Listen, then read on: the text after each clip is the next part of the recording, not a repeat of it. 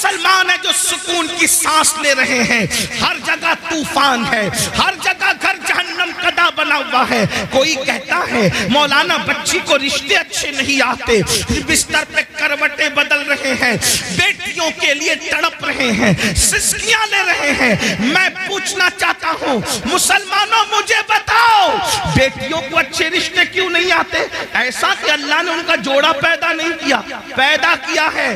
بہنیں ماں اور آپ بھی سن لیں, جو اللہ درخت کے پتوں کو بے جوڑ پیدا نہ کرے, جو اللہ چوٹیوں کو بغیر جوڑے کے پیدا نہ کرے, جو اللہ پھول اور پھلوں کو بے جوڑ پیدا نہ کرے, جو اللہ سر کے بالوں کو بے جوڑ پیدا نہ کرے, جو اللہ ستاروں کی انجمن کو بے جوڑ پیدا نہ کرے, جو اللہ سمندر کے قطروں کو بے جوڑ پیدا نہ کرے, وہ تمہاری بیٹی اور بیٹے کو بے جوڑ کیسے پیدا کرے گا؟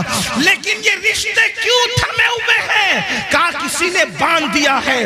میں کہتا ہوں یاد رکھنا, میٹر کچھ بھی ہو, میری نظر تمہاری گفتگو پر نہیں. ہم تو مصطفیٰ جان رحمت کے غلام ہیں. حضور کی بات پر توجہ کریں گے, اللہ کی بات پر توجہ کریں گے. یاد رکھنا, کسی نے باندھا ہو نہ باندھا ہو, کسی نے رکاوٹ پیدا کی ہو یا نہ کی ہو, قرآن کہتا ہے وَمَا أَصَابَكُم مِّن مُّصِيبَةٍ فَبِمَا كَسَبَتْ أَيْدِيكُمْ, کہ تم پر جو بھی مصیبت آتی ہے اللہ اکبر تمہارے کرتوت کی وجہ سے. سیدنا فاروق اعظم فرماتے ہیں جب تم گناہ کرتے ہو تو قبر انور میں رسول اللہ کو رنجیدہ کرتے ہو. جو قوم اپنے نبی کو قبر انور میں اذیت پہنچائے, وہ قوم بستر پر سکون کی سانس کیسے لے سکتی ہے؟ تم خدا کے محبوب کو بے قرار کرتے ہو, پھر اللہ تمہیں بے قرار کرتا ہے. بے شک نیند کی گولیاں کھا کر بھی تمہیں چین کی نیند نہیں, اس لیے کہ تم نے گنبد خضرا میں خدا کے محبوب کو بے چین کیا, حضور کو بے قرار کیا. اللہ اکبر, کون سا گناہ نہیں کرتے؟ آج کہتا ہوں میں بستر پر تڑپتا ہوں, کیوں؟ ہمارے کرتوت. غور کرو, اپنے اعمال کا احتساب کرو. آج تو ہر آدمی اپنے آپ کو ولی سے کم سمجھنے کو تیار نہیں ہے. جی, اگر اللہ کا انعام ہو تو سمجھتے کہ ہمارے اعمال کی وجہ سے بندے اپنے اعمال کی اوقات اور حیثیت کیا ہے. جس قوم کو وضو اور غسل کا طریقہ یاد نہ ہو, اس کے اعمال کی حیثیت کیا ہے؟ جی, یہ تو اللہ کا کرم ہے, یہ تو اللہ کا احسان ہے کہ اس نے تمہارے بھی اور ہمارے بھی عیبوں پہ پردے ڈال رکھے ہیں. بے شک سچی بات تو ایمان لگتی اگر وہ تمہارے اور میرے عیبوں پہ پردے نہ ڈالتا. میں ان اللہ والوں کی بات نہیں کر رہا ہوں, تمہاری اور میری کر رہا ہوں. اگر وہ آپ کے اور میرے عیبوں پہ پردے نہ ڈالتا تو نہ آپ یہاں بیٹھنے کے قابل ہوتے, نہ میں یہاں بیٹھنے کے قابل. اس کا کتنا بڑا احسان ہے. تو آج اگر بیٹیوں کو رشتے نہیں آ رہے ہیں, ہم نے حضور کو رنجیدہ کیا, اللہ ہمیں رنجیدہ کر رہا. ہم نے حضور کو اذیت دی, اس لیے تڑپ رہے ہو. روزی کے معاملے میں کیوں پریشان ہو؟ روزی کے معاملے میں کیوں تڑپ رہے ہو؟ حضور کو اذیت دے رہے ہو. کون سے گناہ جو نہیں کرتے؟ زنا کو تو آج گناہ سمجھا ہی نہیں جاتا, فیشن بنا دیا گیا. زنا کو عشق کا نام دے دیا گیا, زنا کو محبت کا نام دے دیا گیا. لیکن اللہ ان کانوں تک یہ آواز پہنچائے. اگر حدیث میں یہ بات نہ آتی تو شاید میں کہنے کی ہمت نہیں کرتا کہ پوری امت کو جتنا عذاب دیا جائے گا. جی, پوری امت کو جتنا عذاب دیا جائے گا اس کا نصف عذاب شادی شدہ زانیوں کو دیا جائے گا. یعنی پوری امت کو جتنا عذاب, اس امت کے برابر آدھا عذاب. یعنی سب کو الگ الگ جو عذاب ہوگا, ان سب کا عذاب اگر جمع کیا جائے تو جیسے ایک صرف سمجھانے کے لیے مثال کے طور پہ 100 روپے 10 لوگوں کو دے دیا گیا, تو اب 10 لوگوں کے 100 روپے کو جمع کریں تو کتنا ہو گیا؟ 1000. اب 1000 کا نصف اگر کسی کو دیا جائے تو کتنا بڑا ہے؟ اللہ اکبر بلا تمثیل صرف سمجھانے کے لیے، زانیوں کو جو شادی شدہ ہو کر زنا کرتے تھے، پوری امت کا نصف عذاب ان شادی شدہ زانیوں کو دیا جائے گا۔ اللہ غور کریں، ایک گناہ کی سزا اگر اللہ کسی انسان کے ایک گناہ کی سزا دنیا کے تمام انسانوں پہ ڈال دے تو دنیا کے سارے انسان مل کر بھی ایک انسان کے گناہ کی سزا کو برداشت نہیں کر سکتے۔ امت کا نصف عذاب جن لوگوں کے وجود پہ ڈالا جائے گا ان کی حالت کیا ہوگی؟ اللہ اکبر، وہ جہنم جس میں پہاڑ بھی پگھل جائیں گے، اس کی آگ کو جس میں پہاڑ پگھل جائیں گے، وہ آگ جہنمیوں کے زنا کے اعضاء پر دہکائی جائے گی، ان کی شرم کی جگہ پہ دہکائی جائے گی۔ ذرا سوچے تو صحیح، 2-3 منٹ کی لذت، 2-3 منٹ کی لذت، 2-3 منٹ کا عیش، چند لمحوں کی لذت، اللہ اکبر، اور پھر ہمیشہ کی ذلت۔ اور میری قوم کے جوانوں کو فیشن کے نام پر اسی طرف ڈالا جا رہا ہے، اسی طرف جب ڈھالا جا رہا ہے۔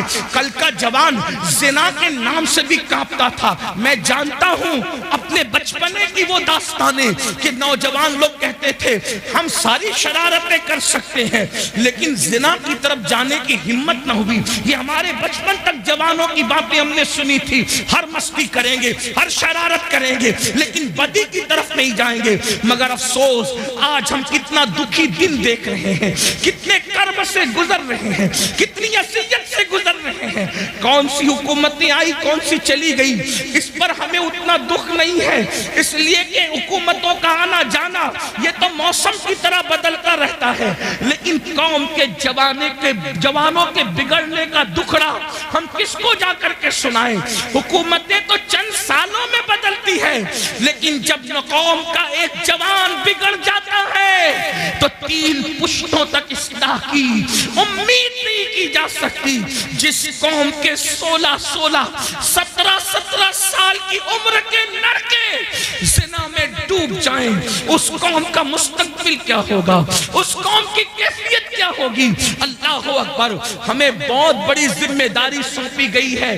میرے آقا علیہ السلام کے دیوانوں، بالخصوص جوانوں سے مخاطب ہوں میرے بھائیوں، اللہ کے بندوں، زنا کی بڑی کربناک سزا ہے۔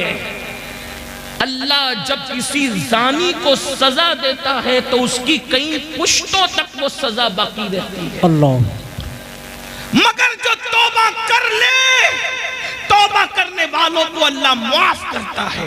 بے شک، اور یہ بھی کہا گیا جس نے شادی سے پہلے زنا کیا اللہ اس کی نسل میں عیبی، لنگڑے، لولے، اندھے، گونگے بچے پیدا کرتا ہے تاکہ اس کا دکھ وہ جھیلتے رہے۔ 98% لوگوں کے گھر میں جو عیبی بچے پیدا ہوتے ہیں وہ زنا کی نحوست کی وجہ سے پیدا ہوتے ہیں۔ مائیں اور بہنیں موجود ہیں، ان کو ایسا لگتا ہے سورسز کی وجہ سے اچھے رشتے آتے ہیں۔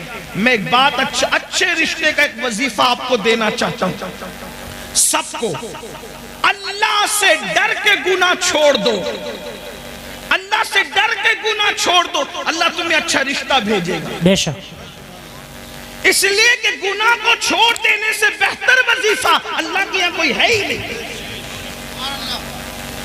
وظائف کی اہمیت اپنی جگہ، لیکن اس سے بڑا کوئی وظیفہ نہیں ہے کہ اللہ سے ڈر کے گناہ چھوڑ دیا جائے۔ لوگ کہیں بغیر دلیل آپ بات کر گئے، لیکن میں آپ کو دلیل کے ذریعے سمجھاتا ہوں۔ دیکھو، اللہ سے ڈرنے کی برکت، رشتہ ڈھونڈنا نہیں پڑے گا، رشتہ چل کر آئے گا۔ لڑکوں سے بھی کہتا ہوں، لڑکیوں سے بھی کہتا ہوں، اور ایسے گھرانے کا آئے گا جس کا تم تصور نہیں کر سکتے۔ آپ نے اس روایت کو مختلف تناظر میں سنا، آج مجھ سے بھی اس تناظر میں آپ سنیں، غوث پاک کے غلام سے اس تناظر میں سنیں۔ آپ نے سنا ہوگا مدینہ منورہ کی سرزمین ہے، رات کا آخری حصہ ہے، رات کا آخری پہر ہے، اس رات کے آخری پہر میں ایک بوڑھی کی کپ کپی آواز نکلتی ہے، بیٹی جلدی جلدی سے دودھ میں پانی ملا دو، تو جوان آواز کیا آتی ہے، امی جان کیا آپ نے نہیں سنا امیر المومنین نے منع کیا کہ دودھ میں پانی ملا کر کے نہیں بیچا جائے، کیونکہ یہ جرم ہے، یہ دھوکہ ہے، یہ فریب ہے، اس لیے میں دودھ میں پانی نہیں ملا سکتی۔ تو بڑھاپے کی کپ کپی والی آواز آئی، بیٹی امیر المومنین تو سو رہا ہوگا، اس کو کیا خبر کہ ہم دودھ میں پانی ملا رہے ہیں۔ مگر جوان بیٹی کا جواب تھا، امی امیر تو سو رہا ہے مگر اللہ تو ہمیں دیکھ رہا ہے۔ جب اللہ دیکھ رہا ہے امیر کے خواب سے دودھ میں پانی نہیں ملاتے، اور اللہ دیکھ رہا ہے ہم دودھ میں پانی ملا دیں، یہ کیسے ہو سکتا ہے؟ دیکھو اس لڑکی، ابھی اس کو رشتہ نہیں آیا تھا مگر اس کے دل میں اللہ کا خوف تھا، اللہ کی خشیت تھی، خدا کا کرنا۔ امیر المومنین، غیظ المنافقین، امام المجاہدین، جانشین رسول سیدنا عمر ابن خطاب رات کی تاریکی میں مدینے کی گلیوں میں گھوم رہے تھے تاکہ رعایا کا حال دیکھیں۔ جیسے ہی کانوں میں آواز ٹکرائی، خوش ہو گئے کہ میری رعایا میں ایسی بچیاں بھی موجود ہیں جو رات کی تاریکی میں بھی اللہ سے ڈرتی ہے۔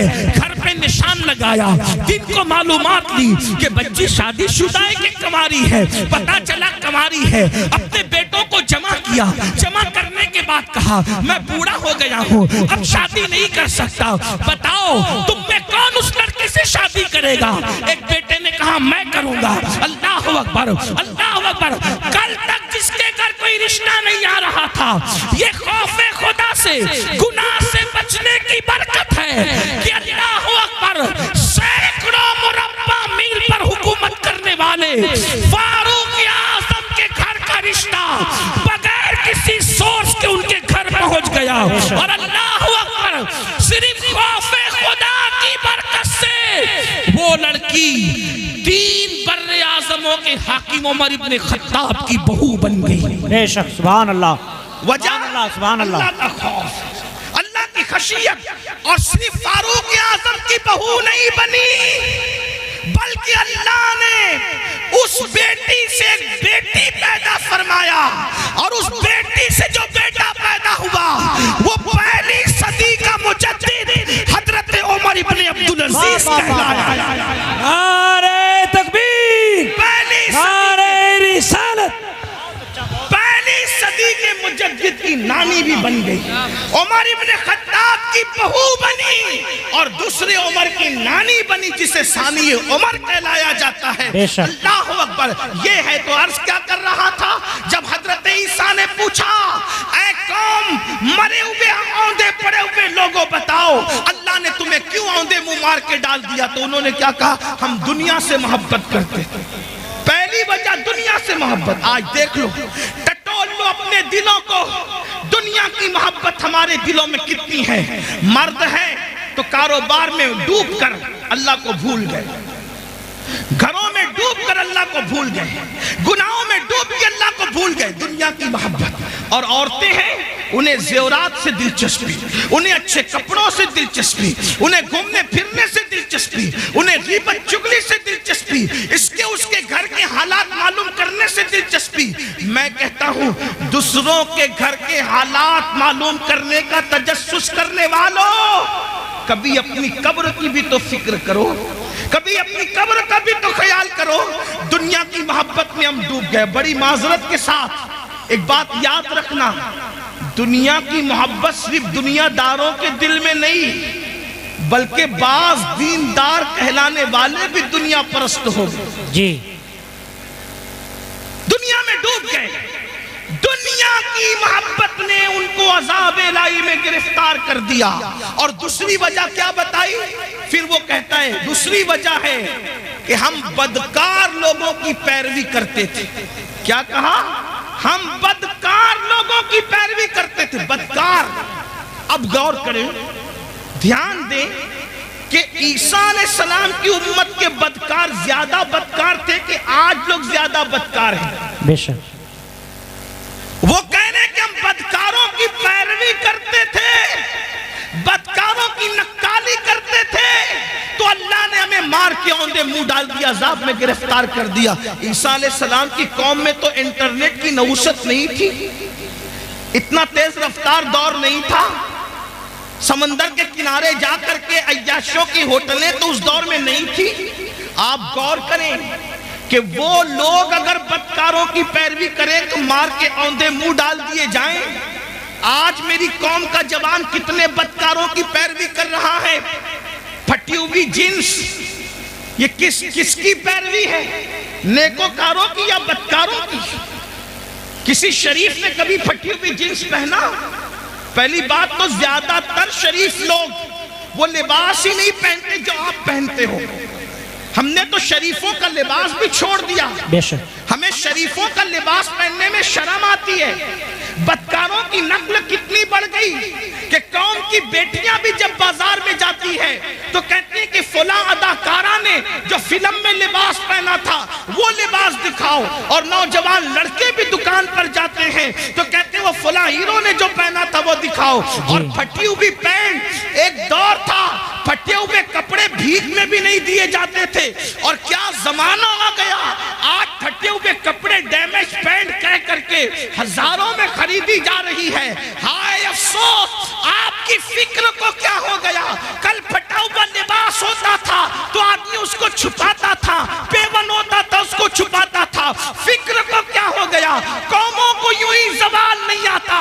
اقبال نے کہا تھا قوت فکر عمل پہلے فنا ہوتی ہے پھر کسی قوم کی شوکت. واہ واہ واہ، بہت اچھا. نعرہ تکبیر. میری قوم کے جوانوں کہاں ہو؟ کانوں میں بالیاں پہن رہے ہو، مٹک کر چلتے ہو. آپ سے پوچھنا چاہتا ہوں، اگر کوئی کہتے یار تو فلاں اداکار کی طرح لگ رہا ہے، اور لڑکیوں کہتے تو اداکارہ کی طرح لگ رہی ہے، وہ کیا اس کا فارم ہوتا ہے اس وقت؟ کیا اس کا غرور اور گھمنڈ اور اطلانا ہوتا ہے؟ اس سے بڑی گالی بھی کوئی ہے؟ جی، اس سے بڑی گالی بھی کوئی ہے کہ تو اداکار دکھ رہا ہے؟ اس لیے کہ فاحشہ عورتیں زنا کرتی کراتی ہے تو چار دیواری میں چھپ کے کرتی کراتی. جن کو تم اداکار کرے وہ تو اسکرین کے سامنے آ کر کے گناہ کرتے اور زنا کرتے اور اس پہ کروڑوں روپے کماتے. اور وہ فلمیں سپر ہٹ ہوتی ہے جس میں باضابطہ طور پر ننگے سین زیادہ ہوتے. فکر کرو، پیروی جس کی کرو گے قیامت میں اس کے ساتھ اٹھو گے. عشق کا دعویٰ غوث اعظم سے، عشق کا دعویٰ غریب نواز سے، عشق کا دعویٰ امام حسین سے. پیروی کس کی؟ پھٹی ہوئی پینٹ پہن کر ننگے بننے والوں، گھٹنوں سے اوپر برمنڈے پہن کر کے سطر کے ساتھ بے ستری کرنے والوں، عورتوں پہ پاپ کی نظر ڈالنے والوں، عبرت حاصل کرو. فَاعْتَبِرُوا يَا أُولِي الْأَبْصَارِ، آنکھ والوں عبرت حاصل کرو. تم بدکاروں کی پیروی کے لیے نہیں ہو. نادان بدکار کی پیروی وہ کرے جس کے یہاں صدیق اکبر جیسا قائد نہ ہو، فاروق اعظم جیسا قائد نہ ہو، عثمان غنی جیسا قائد نہ ہو، مولا علی جیسا قائد نہ ہو، امام حسن جیسا قائد نہ ہو، امام حسین جیسا قائد نہ ہو، غوث اعظم جیسا قائد نہ ہو، طارق بن زیاد جیسا قائد نہ ہو، اللہ اکبر، صلاح الدین ایوبی جیسا قائد نہ ہو. ہمارے پاس تو ایسے اسٹارز موجود ہیں کہ لوگوں نے خواب میں بھی بہت اچھا، بہت اچھا. واہ واہ واہ، اوروں نے خواب میں بھی نہیں دیکھا ہوگا. خدا نے وہ ہمیں مقتدیٰ عطا فرمائے. جاؤ ڈھونڈ لو سارے مذاہب کی تاریخ کو، ہے کسی مذہب میں قم بِإِذْنِ اللہ کہہ کر مردے کو ہائے ہائے، واہ واہ واہ واہ، بہت اچھا. واہ واہ واہ. لاؤ کسی مذہب میں. لوگوں کے یہاں مارنے والے تو ملیں گے لیکن جلانے والا اگر کوئی ہے تو وہ مذہب اسلام. واہ واہ واہ واہ، سبحان اللہ سبحان اللہ. اور ایسا زندہ کرنے والا کہ مردے کو بھی قم بِإِذْنِ اللہ کہہ کے زندہ کرتا ہے اور اللہ کے دین کو بھی نئی زندگی ہے. بے شک، سبحان اللہ سبحان اسی اللہ. لیے ہم ان کو محی الدین کہتے ہیں. جی، غوث پاک کو صرف 11ویں میں سمیٹنے کی سازش ہو رہی ہے. غوث پاک صرف 11ویں میں سمٹنے والی ہستی نہیں ہے.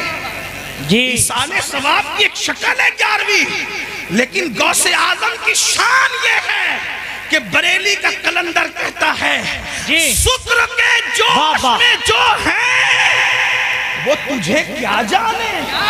جی ہاں، میں اپنے ہوشیار ناظم صاحب اور مولانا غلام جیلانی جیسے صاحب فن لوگوں کی طرح اتنی ہمت نہیں رکھتا کہ ہر 2 جملے پہ کہوں کہ بولو سبحان اللہ. نا اب تو تمہارے عشق کا امتحان ہے کہ غوث پاک کے نام پر بریلی کی کلندر کی زبان سے کہی ہوئی بات پہ چپ رہتے ہو یا بولتے ہو؟ جب ہم اعلیٰ حضرت کا شعر پورے ہندوستان میں پڑھتے ہیں، جب ہم اعلیٰ حضرت کا شعر پورے ہندوستان میں پڑھتے لوگ چپ رہتے تو ہم کہتے اگر یوپی میں پڑھتے لوگ چپ نہ رہتے. جی ہاں، لیکن صد اللہ فاضل کے پڑوس میں رہنے والے بھی اگر شعر نہ سمجھے تو جی پھر اس پر مجھے افسوس. واہ واہ واہ. اور کہتا ہوں کہ نہ سمجھو گے تو بھی کوئی بات نہیں ہے، کیونکہ شعر کس کا ہے؟ نعت کہنا بلکہ شعر کہنا شہریار اپنی جگہ، شعر کہنا شہریار اپنی جگہ، نعت کہنے کو احمد رضا چاہیے. واہ واہ واہ واہ. سبحان اللہ سبحان اللہ. اور ہمارے مرشد خانہ مارا مطارہ کی آواز آئی ہے کہ مینارے قصر رضا تو بلند کافی ہے، تم اس کے پہلے ہی زینے پہ چڑھ کے دکھلا دو. فتاوی رضویہ تو ایک کرامت ہے، خدائے کے بخششی پر. بہت اچھا. نعرہ تکبیر، نعرہ رسالت. علماء اہل سنت حضرت علامہ سید امین القادری صاحب قبلہ جشن غوث الورا. نعرہ تکبیر. بہت اچھا. سبحان اللہ سبحان اللہ. بخشش کیا کرے، شکر کے جوش میں جو ہیں وہ تجھے کیا جانے، جی وہ تجھے کیا جانے. شکر کس کو کہتے ہیں؟ ولایت کی ایک منزل ہے. اب آپ کی توجہ ہے، ولایت کی ایک منزل ہے کہ ولی جب اللہ کی محبت میں عروج پاتا ہے تو اس کی عقل ختم ہو جاتی، وہ اپنے آپ سے بھی غافل ہو جاتا ہے. اس کو کہتے ہیں یہ شکر میں چلا گیا. جی ولی ہو کر عشق الہی کے دریا میں غوطہ زن ہے، اس کے بارے میں بریلی کا کلندر کہہ رہا ہے کہ وہ تجھے کیا جانے. توجہ ہے آپ کی، توجہ ہے آپ کی. جو شکر کی منزل پہ پہنچ چکا ولی وہ تجھے کیا جانے. جب ولی ہو کر کے شکر کی منزل پہ پہنچ کر میرے امام کہہ رہے وہ تجھے کیا جانے، تو جن کو وضو کے بھی فرائض یاد نہ ہو وہ غوث پاک کی عظمت کیا جانے. واہ واہ واہ واہ واہ. جنہیں نماز کے واجبات بھی پتہ نہ وہ غوث پاک کو کیا جانے. تو کافر غوث پاک کو کون جانتا؟ امین القادری، مولانا غلام جیلانی حبیبی جو بیٹھے ہوئے، یا پھر یہ ناظم صاحب، یہ نعت خواں صاحب یا آصف صاحب، کون جانتا ہے؟ کہنا اگر غوث پاک کی عظمت پوچھنی ہے تو ہما شما سے نہ پوچھو، کیونکہ شکر والا ان کو نہیں جانتا. تو جاننے والا کون ہے؟ تو کہتے ہیں شکر کے جوش میں جو ہیں وہ تجھے کیا جانے. خضر کے ہوش سے پوچھے کوئی رتبہ دے. اگر میرے غوث کی شان پوچھنا ہے تو جاؤ اور حضرت سیدنا خضر سے پوچھو کہ عظمت غوث اعظم. بے شک. واہ واہ واہ واہ. نعرہ تکبیر، نعرہ رسالت. بہت اچھا. زندہ باد زندہ باد، زندہ باد زندہ باد، زندہ باد. بہت اچھا. اب کسی کو مل گئے خضر، توجہ، کسی کو مل گئے حضرت خضر. اس کو شیخ عبدالحق محدث دہلوی لکھ رہے بھائی. کچھ لوگ سوچتے ہیں کہ یہ امین القادری قادری ہے تو غوث پاک کو بہت بڑھا دیتا ہے. اللہ کے بندوں میں نہیں بڑھاتا، میری اوقات کیا ہے. ہم بڑے ان کے فیض سے. جی ہم بڑے ہیں، اگر بڑھ گئے ہیں کسی کی نظر میں ان کے فیض سے، ورنہ ہماری کوئی اوقات نہیں. جب تک بکے نہ تھے کوئی پوچھتا نہ. واہ واہ واہ واہ. او میرے مرشد غوث اعظم تو نے خرید کر مجھے انمول کر. اللہ اللہ. واہ واہ واہ. کیا دبے جس پہ حمایت کا ہو پنجہ تیرا، شیر کو خطرے میں لاتا نہیں کتا تیرا. واہ واہ واہ. سبحان اس اللہ سے سبحان اللہ. در در سے سگ اور سگ سے ہے مجھ کو نسبت، میری گردن میں بھی ہے دور کا ڈورا. دور کا، یہ دور بھی سماعت کرے، دور کا ڈورا تیرا تو اس نشانی کے جو سگ ہیں نہیں مارے جاتے، حشر تک میرے گلے میں رہے پٹا۔ بہت اچھا، سبحان اللہ سبحان اللہ۔ اور لوگ باتیں کرتے ہیں ایسے تھے ویسے تھے، مولانا احمد رضا کو کیا آتا تھا؟ تو وہ کہتے ہیں کہ کہہ لو جو کہنا ہے، زبان تمہاری ہے۔ کیا مزے کی بات کرتے، کہتے ہیں مجھ کو رسوا بھی اگر کوئی کہے گا تو یوں ہی کر لو رسوا جی بھر کے، لیکن کس کے نام سے رسوا کرو گے؟ کہتے ہیں مجھ کو رسوا بھی اگر کوئی کہے گا تو یوں ہی، ہاں وہی نا وہ رضا، وہی نا وہ بریلی والا، ہاں وہی نا وہ رضا، بندے رسوا تیرا۔ اگر رسوا بھی کرے گا تو یہی کہے گا نا کہ وہ غوث پاک کا غلام ہے، اور جب غوث پاک کا غلام کہہ دیا تو پھر مقدر کی معراج۔ بے شک بے شک بے شک۔ مجھ کو رسوا بھی اگر کوئی کہے گا تو ہاں وہی نا وہ رضا، جی بندہ ہے رسوا تیرا۔ تو جب مل گئے خضر علیہ السلام، تو کسی نے کیا پوچھا، اے خضر بتاؤ غوث پاک کی شان کیا ہے؟ اے خضر بتاؤ غوث پاک کی شان کیا ہے؟ تھوڑا سا سنجیدہ غوث پاک کا ذکر ہو، میں کبھی ناراض نہیں ہوتا، نہ ناراض ہوں گا، پر میرے آقا کی امتی ہوں، لیکن تھوڑا محفل کے آداب بھی۔ سردی کا موسم ہے، دیر سے لوگ بیٹھے ہیں، اگر کسی کو کوئی حاجت ہو تو جانے دیں۔ ایک بات آپ سے کہوں، یار اپنی محفل میں کسی کو حاجت ہو تو ہمیں کیا شکوہ ہو سکتا ہے؟ لوگوں کو غوث پاک کی محفل میں حاجت ہو جاتی تھی، اور اگر ہو بھی جاتی تھی تو میرے غوث کی شان کیا تھی؟ ایک مرتبہ ایک صاحب کو حاجت ہو گئی، استنجا کی حاجت ہو گئی، اسی لئے میں لوگوں سے کہتا ہوں جلسے شارٹ کیا کرو، لوگوں کی حاجتوں کا خیال کرو۔ جب لوگوں کی حاجتوں کا خیال کر کے رسول اللہ نماز مختصر کر دیتے تھے، تو لوگوں کی حاجتوں کا خیال کر کے ہم جلسہ مختصر کر دیں تو کون سے چھوٹے ہو جائیں گے؟ جب نماز مختصر کی جا سکتی ہے، لوگوں کی حاجت کا خیال کریں۔ آقا فرماتے ہیں میرا دل چاہتا ہے میں لمبی نماز پڑھاؤں، لیکن میرے پیچھے بوڑھے بھی ہوتے ہیں، بچے والی مائیں بھی ہوتی ہیں، میں ان کا خیال کر کے نماز مختصر کرتا ہوں۔ ہائے ہائے، ہاں تو ذرا میں بھی لیکن کو خیال کرتے ہوئے سردی کے موسم سے تقریر بھی مختصر ہی کر رہا ہوں، جتنی مختصر ہو سکتی۔ توجہ ہے آپ کی؟ ایک صاحب کو حاجت ہو گئی، استنجا کی حاجت ہو گئی، اور بالکل آگے بیٹھے۔ کچھ لوگوں کو آگے بیٹھنے کا شوق ہوتا ہے، آگے بیٹھے، اس لیے کہ یہ شوق بھی پہلے بڑا پرانا ہے، آگے بیٹھے۔ ہاں صحابہ کرام بھی آگے بیٹھنے کی کوشش کرتے تھے حضور کے قدموں میں، جی غوث پاک کے غلام بھی آگے بیٹھنے کی کوشش کرتے تھے۔ سب کے اپنے اپنے انداز ہوتے ہیں۔ کچھ ایسے بھی میرے بھائی ہوں گے جو انٹرنیٹ پہ بیٹھ کے گھر میں تکیے کے ساتھ لیٹ کر سن رہے ہوں، انہیں سننے کا ثواب تو ملے گا، لیکن محفل کی جو برکت ہے، میں یہ نہیں کہہ رہا انٹرنیٹ پہ نہ سنا کرو، لیکن محفل کی جو برکت ہے، جہاں 40 مومن جمع ہو جائیں ان میں ایک اللہ کا ولی ہوتا ہے۔ بے شک۔ ہاں تو تکیہ لگانے میں یہاں کا لطف کہاں آئے گا؟ اس لیے کہ یہاں کئی اولیاء خود موجود ہوں گے انشاءاللہ۔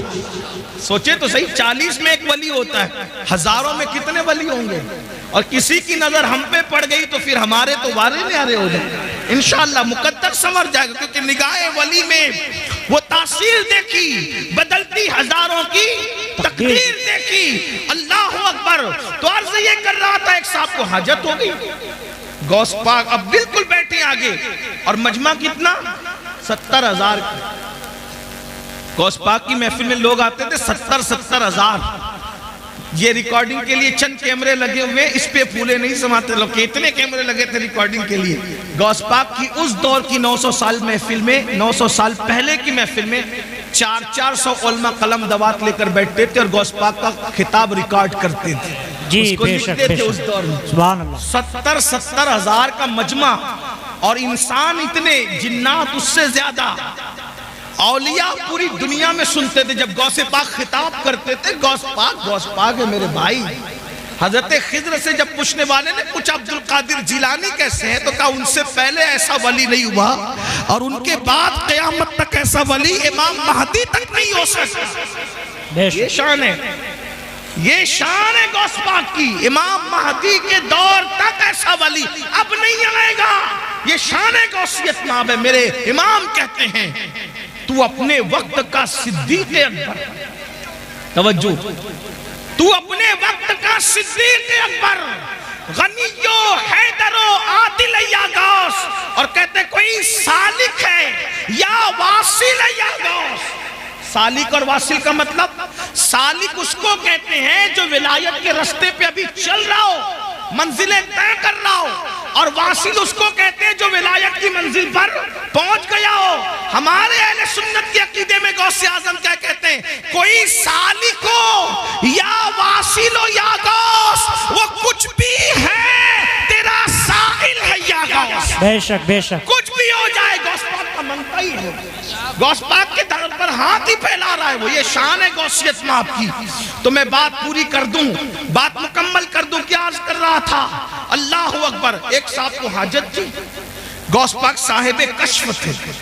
کشف یعنی اللہ نے ان کو دل میں ایسی چمک دی تھی کہ وہ دلوں کے حالات جان لیتے تھے. اور کشف کے بارے میں سب اقوال موجود ہے، میں اس کی کوئی تشریح نہیں کر رہا ہوں، صرف عوام کے فہم کے حساب سے بات میں نے بتا دی. تو جب دیکھا کہ ان کو استنجا کی حاجت ہے، اپنی چادر ان پر ڈال دی. چادر اٹھا کر ان پر ڈال دی. جب اپنی چادر ان پر ڈالی تو وہ اپنے آپ کو غوث پاک کی محفل میں نہیں پاتے، بلکہ اپنے آپ کو ایک جنگل میں پاتے ہیں جہاں پر نہر تھی، درخت تھا اور جنگل تھا. جنگل میں کوئی نہیں تھا. انہوں نے جلدی جو وہ اپنی چیزیں اتاری، درخت سے لٹکائی، اور لٹکانے کے بعد حاجت سے فارغ ہوئے، وضو کیا. جیسی وضو کیا تو پھر اس کے بعد چادر ہٹائی تو وہ غوث پاک کی محفل میں. بے شک. اعضائے وضو پہ وضو کے اثرات ہیں. اب سوچتے ہیں کہ یا اللہ میں فارغ ہو گیا اور یہ میرے ساتھ ہو گیا، لیکن کچھ چیزیں ان کی وہاں چھوٹ گئی. درخت سے جو چیزیں لٹکائی تھی کوئی چیز چھوٹ گئی. اب احساس ہوا کہ یہ چیز چھوٹ گئی، اب وہ آئے گی کیسے؟ کیونکہ میں تو گیا نہیں وہاں پیر سے چل کے. پہنچایا مرشد نے، پھر چادر ڈالی تو اپنے آپ کو وہیں پایا.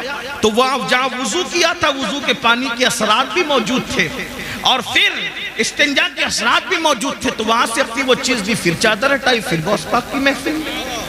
ایک مرتبہ وہی بزرگ جن کو دنیا شیخ علی ابن حیتی کے نام سے جانتی ہے، ایک مرتبہ غوث پاک کے بیان میں بیان سنتے سنتے سو گئے.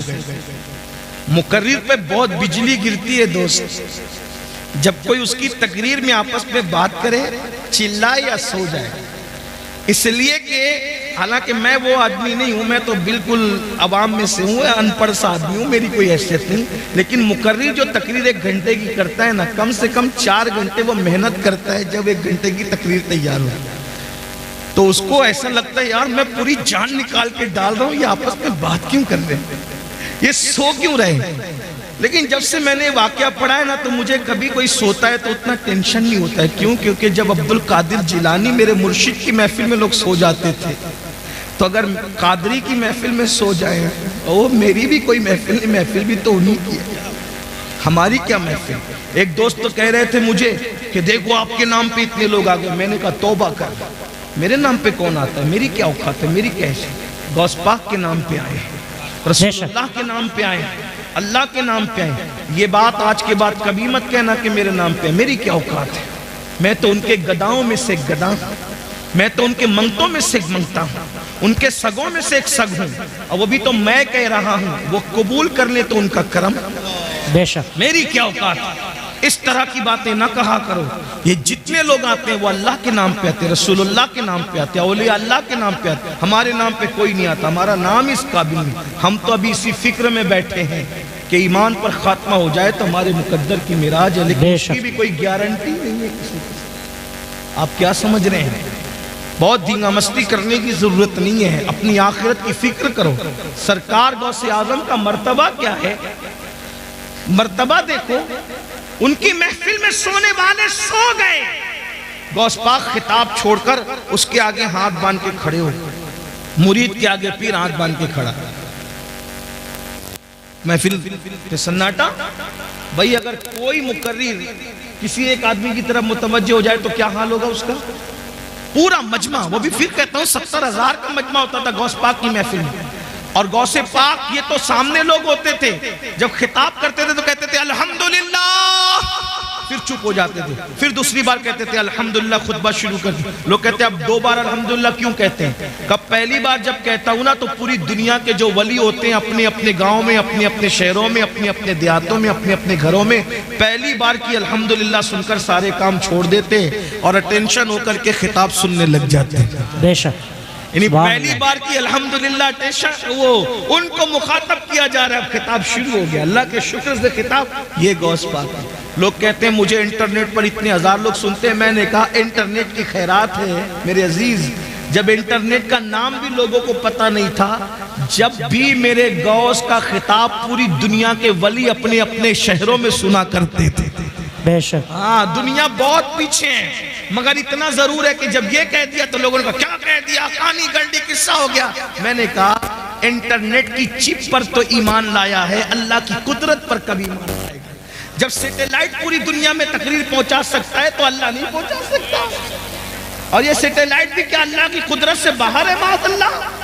دنیا میں جو کچھ جس کے ذریعے سے ہو رہا ہے، جو کچھ ظہور پذیر ہے، وہ میرے اللہ کی قدرت کا کرشمہ ہے۔ بے شک، بے شک، ان اللہ علی کل شیء قدیر۔ یہ نصیب کی بات ہے، کوئی سیٹلائٹ کی طاقت کو مان گیا اور کوئی اللہ کی قدرت کو مان کے کہتا ہے کہ اللہ وہ ہے جس نے عبد القادر کا خطاب بغیر کسی ذریعے کے پوری دنیا کے ولیوں کو سنوا دیا۔ بے شک، سبحان اللہ اللہ، کی قدرت ہے یہ، جو کچھ ہے وہ اللہ کی قدرت ہے۔ تو بہرحال سرکار غوث اعظم نے دیکھا ایک بندہ سو رہا ہے، اور وہ کون ہے؟ حضرت سیدنا شیخ علی ابن ہیتی ہے۔ وہ سو رہے تھے، آپ نے ہاتھ باندھ کر کھڑے ہو گئے، دیر تک کھڑے رہے ہاتھ باندھ کر۔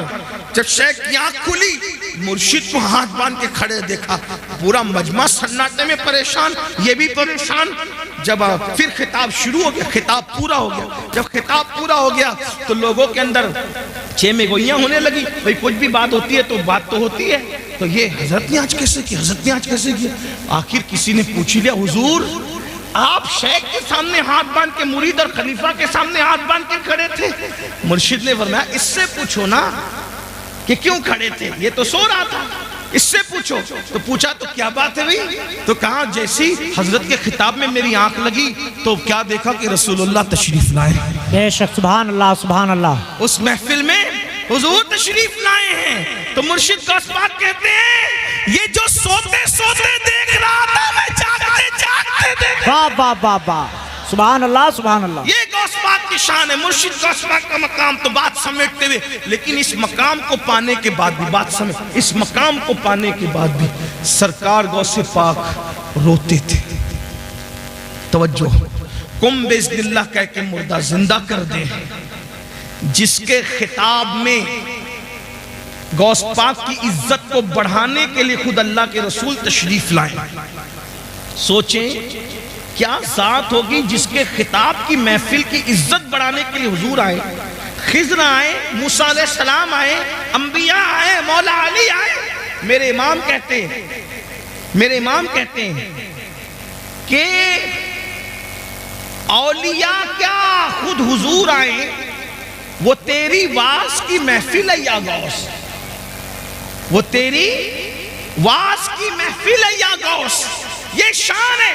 پھر روتے ہیں، کسی نے رونے کا سبب پوچھا یا غوث الثقلین کیوں روتے ہیں، رونے کی وجہ کیا ہے؟ فرماتے ہیں عبد القادر کے لیے عید کا اور خوشی کا دن وہ دن ہوگا جس دن ایمان پر اس کو خاتمہ نصیب ہوگا، جس دن میرا خاتمہ ایمان پر ہوگا۔ اور غوث پاک فرماتے ہیں جو ایمان پر خاتمے کی فکر نہ کرے، توجہ کر لیں، جو ایمان پر خاتمے کی فکر نہ کرے، غوث اعظم فرماتے ڈر ہے کہ جب مرے گا تو اس کا خاتمہ خراب ہو جائے گا، اس کا خاتمہ کفر پر ہوگا۔ دعاؤں کے اندر دکانیں مانگنے والوں، دعاؤں کے اندر مکان مانگنے والوں، دعاؤں کے اندر دنیاوی چیزیں مانگنے والوں، مانگو منع نہیں کرتے، لیکن کیا ایمان پر خاتمے کی بھی فکر ہے؟ ایمان پر خاتمے کی بھی فکر کرتے ہیں؟ تو وہ جو میں روایت بیان کرنے چلا تھا اس کو اینڈ کر دوں۔ اللہ اکبر۔ تو جب سرکار عیسیٰ علیہ السلام نے آواز لگائی کہ بتاؤ تم کو عذاب میں کیوں گرفتار کر دیا گیا، تو دو چیزیں بیان کی گئی۔ نمبر ایک، ہم دنیا کی محبت میں گرفتار تھے، اور نمبر دو، ہم بدکاروں کی پیروی کیا کرتے تھے۔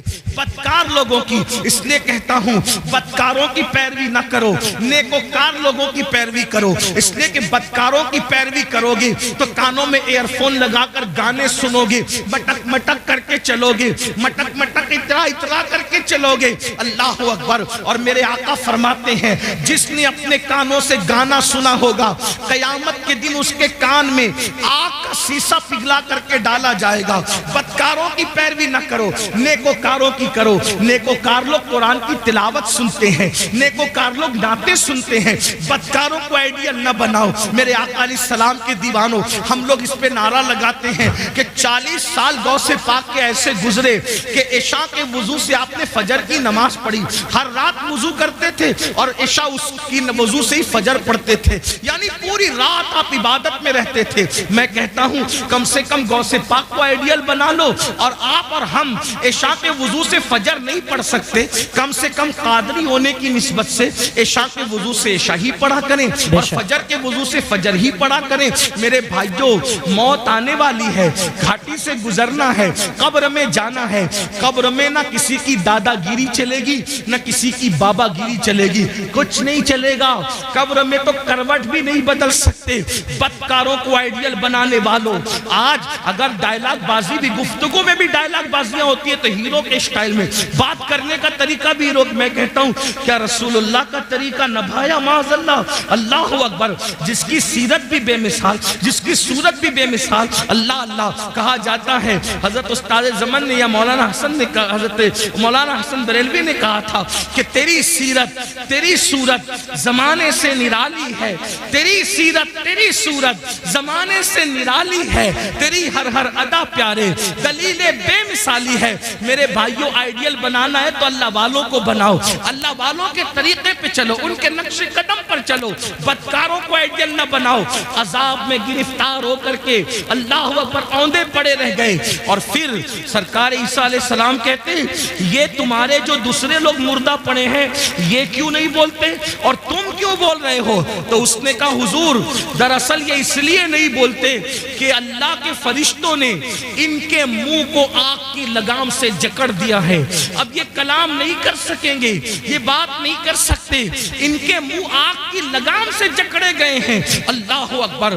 پھر آپ نے فرمایا کہ تو کیوں بول رہا ہے؟ اس نے کہا میں ان لوگوں میں سے نہیں ہوں، حقیقت میں ان لوگوں میں سے نہیں ہوں۔ جب ان پر عذاب نازل ہوا تو میں ان کے ساتھ بیٹھا ہوا تھا، یعنی میں مجرم نہیں ہوں۔ عذاب نازل ہوا تو ان کی صحبت میں بیٹھا ہوا تھا، ان کی صحبت کی وجہ سے مجھ پر بھی اللہ کا عذاب آ گیا، یعنی مجرم نہ ہو کر صرف گنہگاروں کی دوستی اور صحبت کی وجہ سے میں بھی اللہ کے عذاب میں گرفتار ہو گیا۔ اور وہ کہتا ہے عیسیٰ دعا کرے کہ میرے لیے نجات ہو، کیونکہ اللہ نے مجھے جہنم کے کنارے پر الٹا لٹکا دیا ہے، اور اب میں نہیں جانتا کہ مجھے جہنم میں ڈالا جائے گا یا مجھے چھوڑ دیا جائے گا۔ آپ مجھے بتاؤ میرے بھائیوں، جو گنہگاروں کی صحبت میں رہے ان پر بھی عذاب آتا ہے۔ آج ہمیں کیا ہو گیا؟ موبائل کے اسکرین پر آپ کیا رکھ رہے ہو؟ موبائل کے اندر کیا رکھ رہے ہو؟ نشے کو پرموٹ کر رہے ہو۔ نشہ ہماری محلوں میں، ہمارے گاؤں میں، ہمارے دیہاتوں میں، ہمارے علاقوں میں پھیلایا جا رہا ہے، اور سازش کے طور پہ پھیلایا جا رہا ہے۔ ہم اس میں مبتلا ہو رہے ہیں۔ نشے والوں کی صحبت میں مت بیٹھو، زانیوں کی صحبت میں مت بیٹھو، گنہگاروں کی صحبت میں مت بیٹھو، مجرموں کی صحبت میں مت بیٹھو۔ دیکھو وہ شخص کہنے لگا کہ میں ان میں سے حقیقت میں نہیں ہوں، لیکن میں ان میں سے ہو گیا ہوں کیونکہ ان کی صحبت میں بیٹھا ہوا تھا۔ اللہ اکبر۔ اللہ کے بندو، اللہ کی عذاب کو ہم میں سے کوئی بھی برداشت کرنے کی طاقت نہیں رکھتا۔ ایک دن موت ہے میرے بھائی، روح کا رشتہ جسم سے ٹوٹے گا۔ یہ رنگین سے گال، یہ خوبصورت سے گال، یہ گلاب کی طرح کھلتے ہوئے رخسار، یہ قبر کے کیڑوں کی غذا بنیں گے میرے بھائی۔ اپنے بازوؤں پہ جو تو اترا رہا ہے، اس کو قبر کی مٹی کھائے گی میرے بھائی۔ اللہ اکبر، قبر کی منزل بڑی کٹھن ہے۔ میرے آقا علیہ السلام نے ایک حدیث میں بیان فرمایا جس کا مفہوم ہے کہ بنی اسرائیل میں ایک مزدور تھا، اس کے سر پر لکڑیوں کا گٹھا رکھ کر کے گھر پہنچانے کے لیے دیا گیا، اس کے دانت میں کچھ اٹک گیا تو اس نے اس لکڑی سے نکال کر خلال کر لیا، تو اس پر بھی اس کی پکڑ ہوگی اور اس کو عذاب دیا جائے گا۔ جو بغیر پوچھے لکڑی کا خلال منہ میں کر لے اس کو بھی پکڑ ہوگی اور عذاب دیا جائے گا۔ جو لوگوں کے پیسے ہڑپ کر کے بھاگ جا رہے ہیں، حتیٰ کہ اللہ اکبر لوگوں کو دھوکہ دے کر کے پیسے کھا لے رہے ہیں، حرام اور حلال میں تمیز نہیں کر رہے ہیں، سب کو ایک دھن سوارے، کروڑ پتی بنے، شارٹ ٹائم کے اندر ترقی کرنے کا چکر، شارٹ کٹ میں ترقی کرنے کا چکر، کوئی سود کی طرف جا کر، کوئی حرام کی طرف جا کر۔ میرے بھائی، نمرود کا کیا حال ہوا، فرعون کا کیا حال ہوا، یزید کا کیا حال ہوا، آپ مجھے بتائیں نا۔ یہ اپنے اپنے دور کے بڑے بڑے دولت مند تھے۔ ابو جہل کا کیا حال ہوا، یہ کوئی چھوٹا موٹا دولت مند آدمی نہیں تھا، عرب کا بڑا تاجر تھا۔ ابو لہب کا کیا حال ہوا، بڑا تاجر تھا، سردار کہلاتا تھا، کیا حال ان کے ہوئے۔ ذرا سوچو، انہوں نے حلال و حرام میں تمیز نہیں کی، ان لوگوں نے آخرت پر ایمان نہیں لایا، کیا انجام ہوا ان کا۔ اور وہ بلال جسے دنیا غلامی کا تانا دیتی ہے، وہ اللہ کے رسول پہ ایمان لائے اور انہوں نے اللہ کے قانون پہ عمل کیا، تو دنیا نے ایک دن ان کو دیکھا۔ بلال کعبے کی چھت پہ نظر آتے ہیں اور کعبے کی چھت بلال کے نیچے نظر آتی ہے۔ یہ عزتیں تھوڑی ہے، یہ عزتیں کم ہے۔ یاد رکھو، میں یہ نہیں کہتا کاروبار نہ کرو، تجارت کرو، مالدار بنو، حلال ذریعے سے۔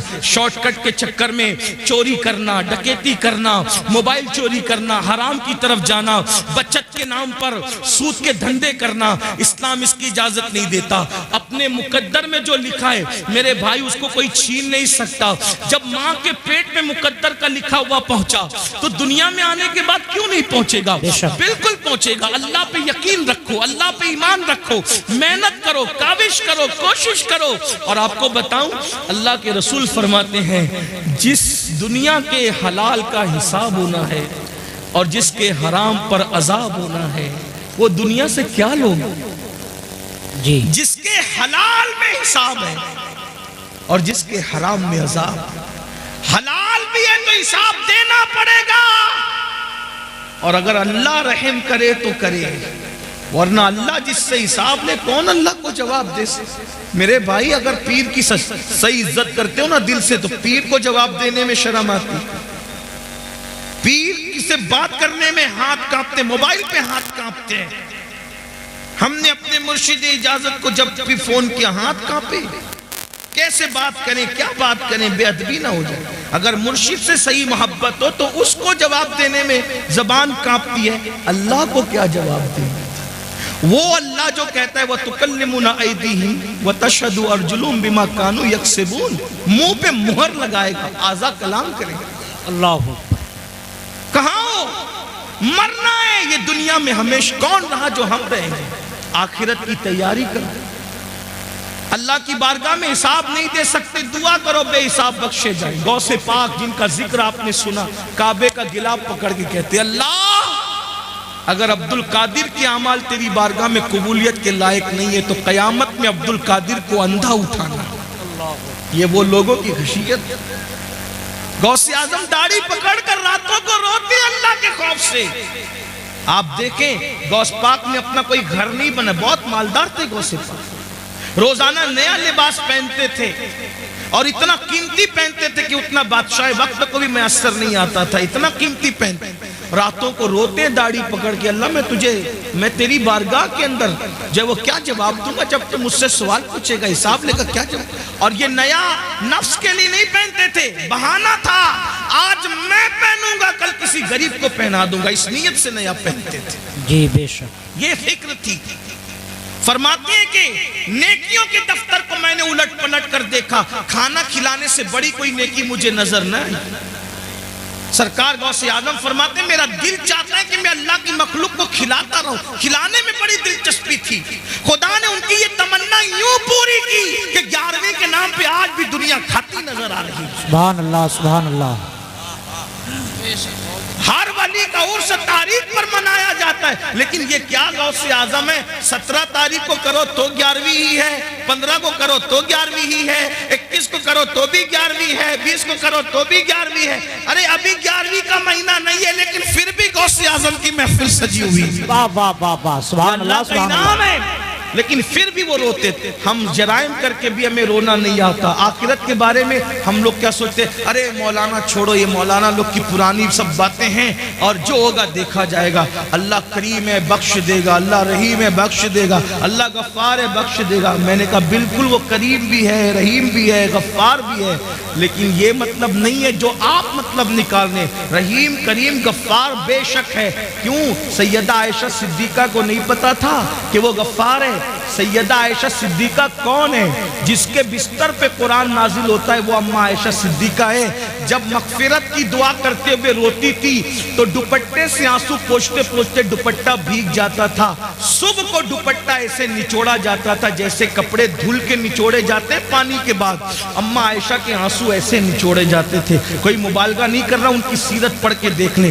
میری بہنوں کا حال یہ ہے کہ اللہ اکبر، اللہ اکبر، لا الہ الا اللہ۔ معافی چاہتا ہوں اپنی بہنوں سے، برا مت ماننا، یہ واعظ و نصیحت کی محفل ہے، اس میں حق بات کہی جائے گی۔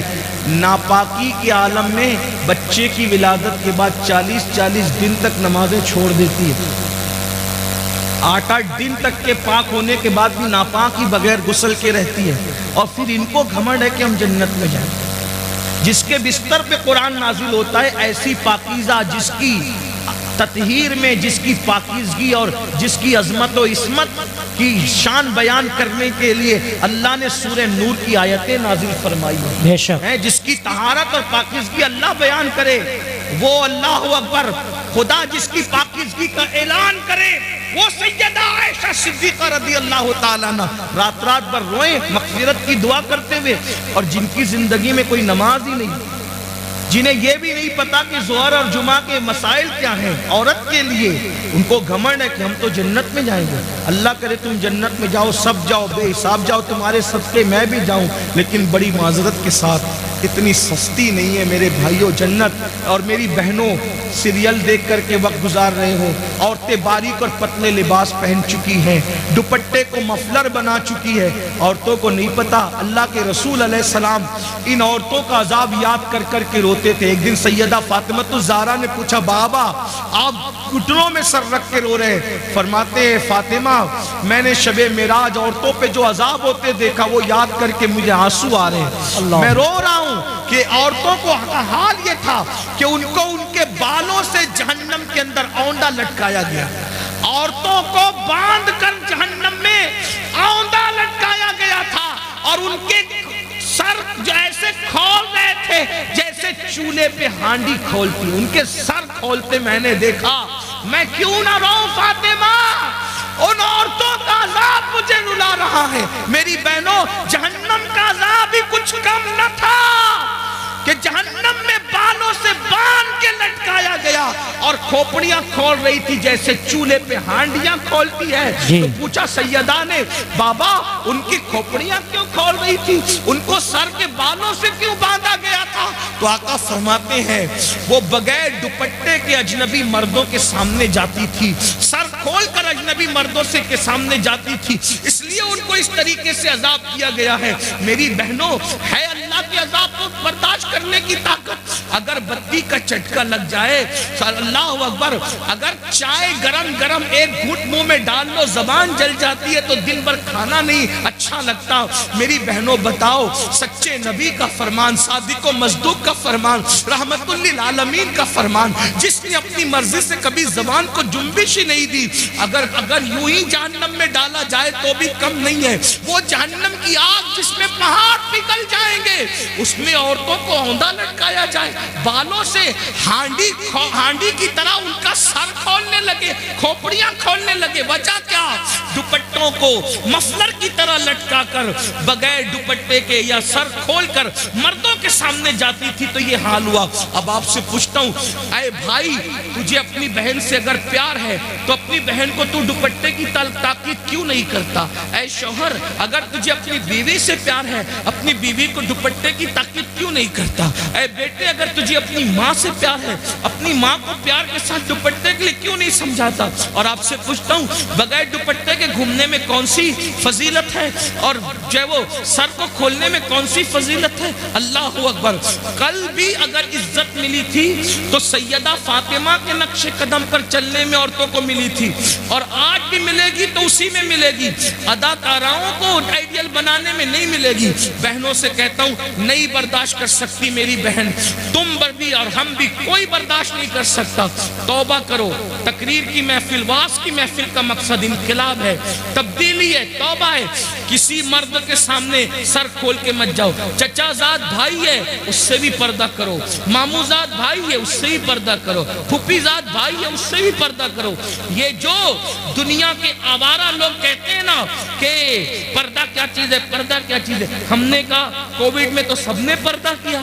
کیوں پردہ کرایا؟ تو کہا جراثیم کے ڈر سے. میں نے کہا جب جراثیم کے ڈر سے منہ پہ ماسک باندھ کر کے پردہ کیا جا سکتا ہے تو یہ عزت کے لٹیروں کے خوف سے اگر کوئی عزت دار عورت پردہ کرتی ہے تو اس میں حرج کیا ہے؟ لوگ بڑی ہمدردیاں جتاتے رہے، جھوٹی ہمدردیاں کہ عورتوں پر کیا گزرتی ہوگی جب وہ منہ پہ پردہ باندھ کر کے گھومتی ہوگی.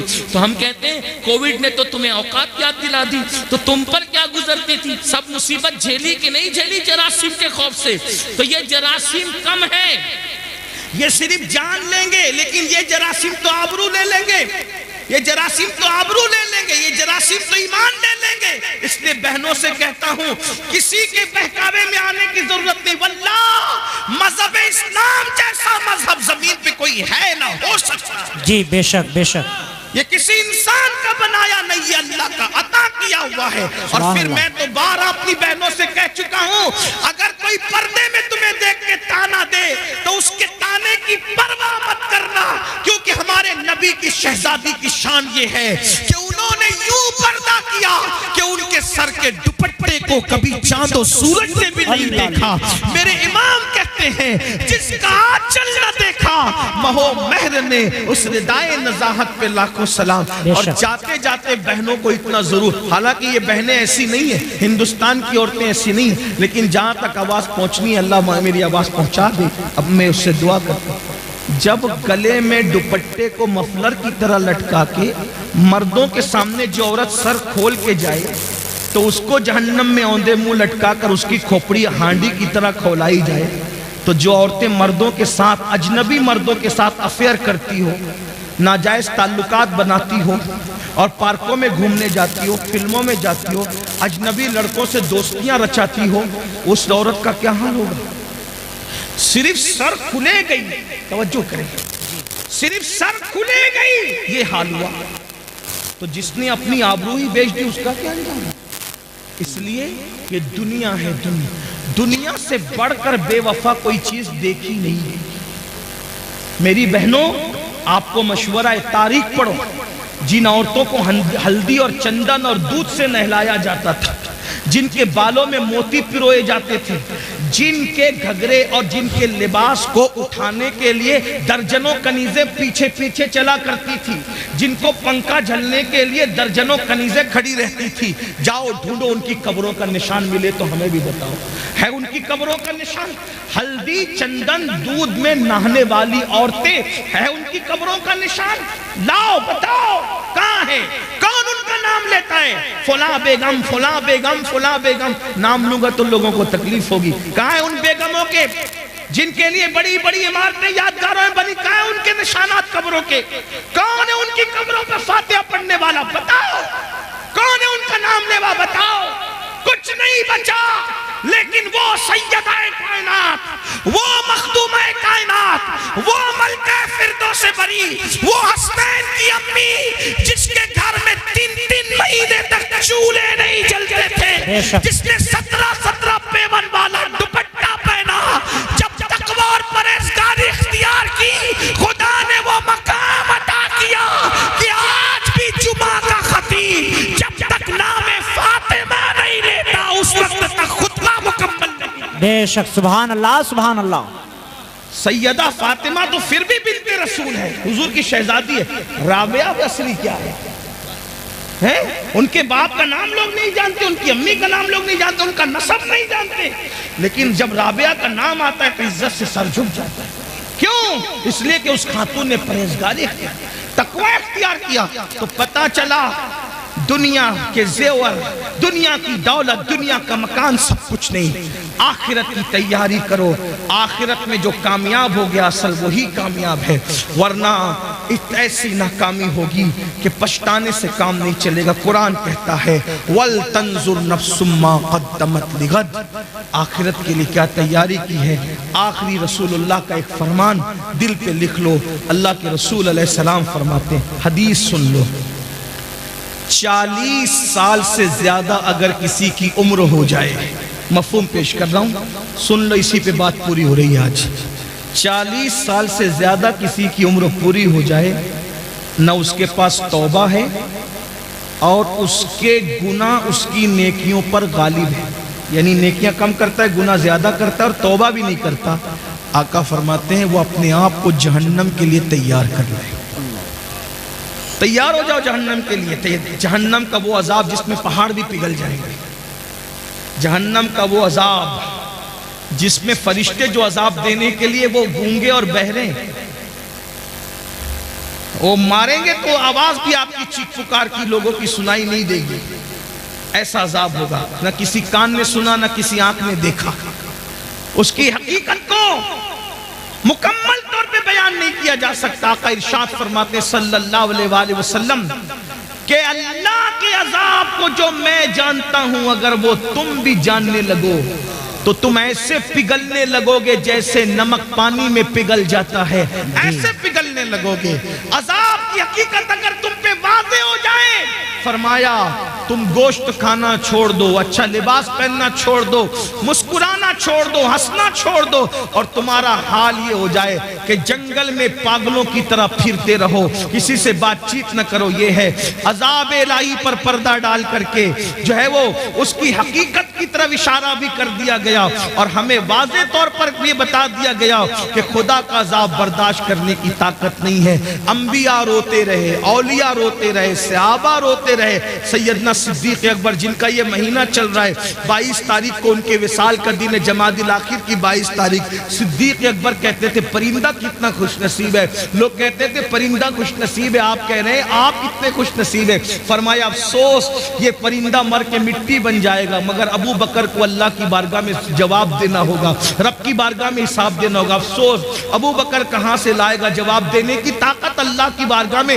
منہ کھولنے کی طاقت کہاں سے لائے گا۔ فاروق اعظم کہتے تھے کاش میں پرندہ ہوتا اور کوئی ذبح کر کے کھا لیتا اور میرا قصہ تمام ہو جاتا، بھولا بسرا ہو جاتا تو اللہ کی بارگاہ میں جواب دینے سے بچ جاتا۔ حضرت عثمان غنی کہا کرتے تھے کاش میدان محشر میں جواب نہ دینا پڑتا۔ مولا کائنات رات کی آخری حصے میں کون لوگ ہیں میرے بھائیوں جن کے نام سے مصیبتیں ٹلتی ہے؟